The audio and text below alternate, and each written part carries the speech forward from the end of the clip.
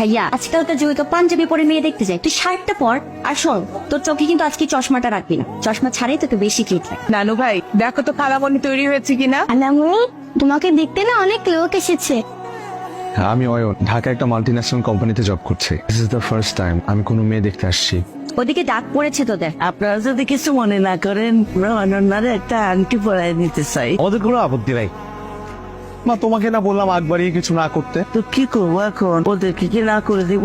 সেটা তো বলিনি। হ্যালো, হ্যালো, কে বলছেন? আমি অয়ন। সরি, বুঝতে পারিনি প্রথমে। কেমন আছেন আপনি? আমি আগামী সপ্তাহে চিটাগাং আসছি। আমাকে একটু দেখা করতে পারি? আপনাকে আজ বেশ সুন্দর লাগছে। আপনাকে হাসলে খুব সুন্দর লাগে। আপনি কখনো প্রেম করেননি? আমি আসলে এই বিষয়গুলো নিয়ে কথা বলতে চাই না, আর কলটা আমার ফ্রেন্ড দিয়েছিল। এখন যদি আমি কল ধরি তো অনেকক্ষণ কথা বলতে হবে, এই জন্য কেটে দিলাম। আমি সরি, হুট করে এই প্রশ্নটা আপনাকে করা ঠিক হয়নি। এই পাঞ্জাবিটা কেমন লাগছে? অনেক সুন্দর লাগছে, দাঁড়া। এটা প্রোগ্রামে পড়া যাবে? হ্যাঁ।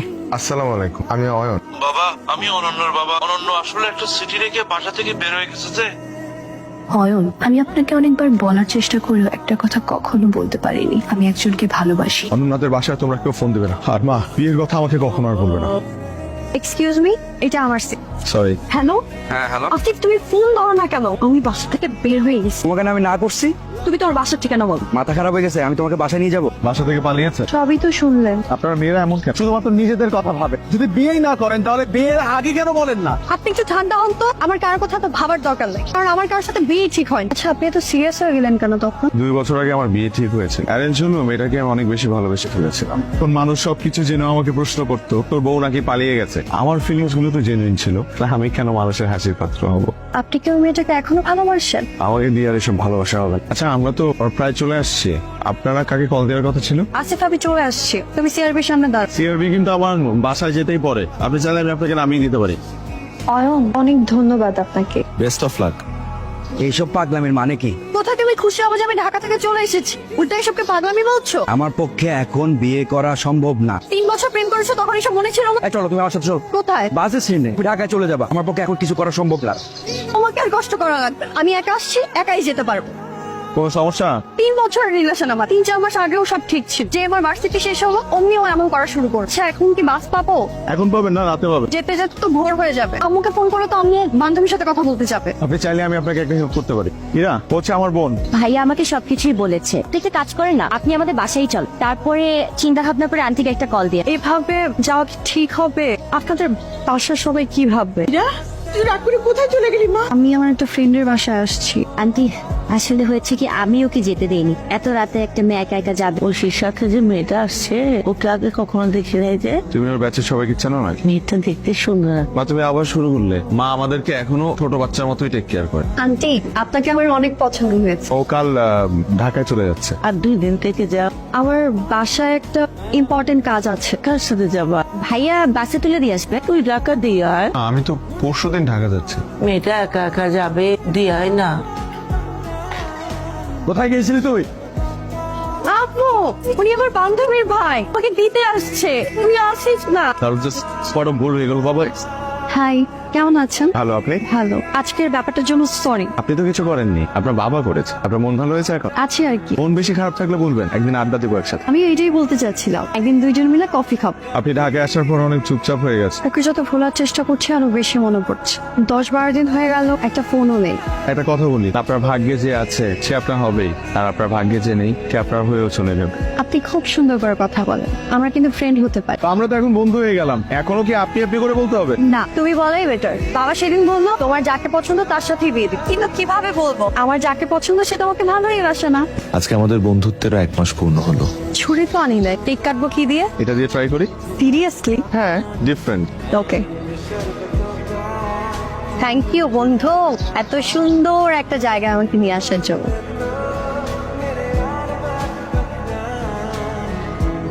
তাঁবুতে তো আগে কখনো থাকা হয়নি না? না। প্রথম প্রথম একটু এক্সাইটমেন্ট কাজ করবে, একটু ভয় কাজ করবে, এরপরে এটার প্রেমে পড়ে যাবে। তাই না? তুমি কিন্তু রোমান্টিক আছো। এই কারণে তো কোনো গার্লফ্রেন্ড নেই। হবে হবে, যে তোমাকে ভালোবাসবে পাগলের মতো ভালোবাসবে। আমার মতো ভদ্র ছেলেদের প্রেম টেম হয় না। অনন্যা, কেমন আছো? আমি ভালো আছি, তুমি কেমন আছো? আমি হাই, আমি ইরা, অয়নের গার্লফ্রেন্ড। তোমাদেরকে খুব সুন্দর মানিয়েছে। বললে কেন যে তুমি আমার গার্লফ্রেন্ড? ফ্রেন্ডের জন্য তো এতটুকু করতেই পারি। এটা ভাবতে ভালো লাগছে যে সবাই সবার লাইফ নিয়ে হ্যাপি। বর্তমান নিয়ে সবার হ্যাপি থাকা উচিত। Thank you. গত 5 মাসে তুমি আমার অনেক শখ পূরণ করেছো, যা আমি সব সময় ড্রিম দেখতাম। তোমার হাসিটা খুব সুন্দর। তুমি জানো এই পৃথিবীতে কোটি কোটি মানুষের মাঝে কেউ একজন আছে যে সব সময় তোমাকে নিয়ে ভাবে, যে তোমার হাসিতে হাসে, আবার তুমি দুঃখ পেলে সে কাঁদে। তার চোখের দিকে তাকালে তুমি তোমার পৃথিবী দেখতে পাবে। কে সে? হয়তো সে তোমার লাইফে আছে, তোমার আশপাশে আছে, কিন্তু তুমি দেখতে পাচ্ছ না। কিন্তু কিভাবে বুঝবো কে সে? যখন সে তোমার পাশে থাকবে নিজেকে সবচাইতে হ্যাপি মানুষ মনে হবে, আবার সে যখন চলে যাবে তখন অনেক মানুষের ভিড়ে নিজেকে একা মনে হবে।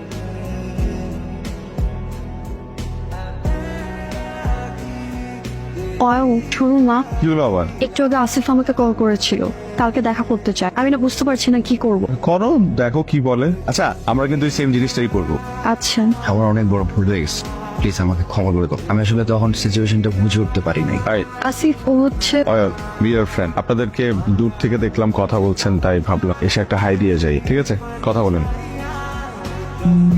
হ্যালো। কি হয়েছে অয়ন? ওখানে তুমি আর আমি ফ্রেন্ড বললা কেন? তখন তোমাকে দেখে মনে হচ্ছিল ওকে দেখে তোমার মধ্যে কিছু একটা চেঞ্জেস, আর ওই মুহূর্তে তোমাকে ফ্রেন্ড বলাটাই আমার কাছে বেস্ট অপশন ছিল। আসলে ওকে এতদিন পর দেখে আমি নিজেকে কন্ট্রোল করতে পারিনি। কি বললো? ও সব ঠিক করতে চায়। আমি রাখি, বাই। হ্যালো, হাই, কেমন আছো? ভালো। 2 দিন হলো তোমার কোনো খবর নেই। তুমি তো ফোন দাওনি। বিকেলে একটু দেখা করবা প্লিজ? এভাবে বসে আছো কেন? এভাবেই ঠিক আছে। আমি না বুঝতে পারছি না আমি কি করবো। ও তখন অনেক প্রবলেমে ছিল, জবও হচ্ছিল না। এখন চাকরি হয়েছে, হয়তো আসলে কোনো সমস্যায় ছিল। আমি না বুঝতে পারছি না কি করব। আমার মনে হয় তোমার সবকিছু ভুলে ওর কাছে ফিরে যাওয়া উচিত। আর আমার এটাও মনে হয় যে আজকের পর থেকে আমাদের কথা বলা বন্ধ করে দেওয়া উচিত। তবে কেন বলছো? কেন আসছো আমার লাইফে তুমি? তোমার সাথে আমার দেখাই বা কেন হলো? দুদিন যাবে আমি ঘুমাইতে পারি না, আমার দম বন্ধ হয়ে আসে, আমি কিছু খেতে পারি না। তুমি এগুলো বুঝবা না, তুমি শুধু নিজের প্রয়োজনটা বোঝো। একটা মানুষ দিনের পর দিন তোমার সাথে কোনো স্বার্থ ছাড়া আছে, কিন্তু তুমি এই মানুষটার কথা একটা বারও ভাবলে না। I am sorry. প্লিজ দেখো, আজকের পর থেকে তুমি আমাকে কোনো ফোন দিও না, আমার সামনে এসো না, আমার সাথে কথা বলো না প্লিজ। আচ্ছা শুনুন, যা আবার কইছে, আমি না সবকিছু ভুলে যেতে চাই। তুমি জানো এই পৃথিবীতে কোটি কোটি মানুষের মাঝে কেউ একজন আছে যে সব সময় তোমাকে নিয়ে ভাবে, যে তোমার হাসিতে হাসে, আবার তুমি দুঃখ পেলে সে কাঁদে। যখন সে তোমার পাশে থাকবে নিজেকে সবচাইতে হ্যাপি মানুষ মনে হবে, আবার সে যখন চলে যাবে তখন অনেক মানুষের ভিড়ে নিজেকে একা মনে হবে। এরা তুমি কান্না করতেছো কেন? আই প্রমিস আমি আর তোমাকে কখনো কষ্ট দিব না। তোমার জন্য কান্না করছি না। আসিফ, আমি অন্য একজনকে ভালোবাসি, সে আজ আমাকে ছেড়ে চলে গেছে। থেকে যাচ্ছে। এরা আমার হাত ধরবা না। যেদিন আমাকে ছেড়ে চলে গিয়েছো সেদিনই এই অধিকার হারিয়েছো। আর কখনো কোনোদিনও আমাকে কল করবা না। আমার যখন মন খারাপ থাকে তখন আমি জায়গাটায় আসি। তুমি এখানে? আসিফ কোথায়? চলে যাচ্ছে। কেন? আমি চলে যেতে বলেছি। কেন চলে যেতে বলেছো? কারণ আমার তোমাকে লাগবে।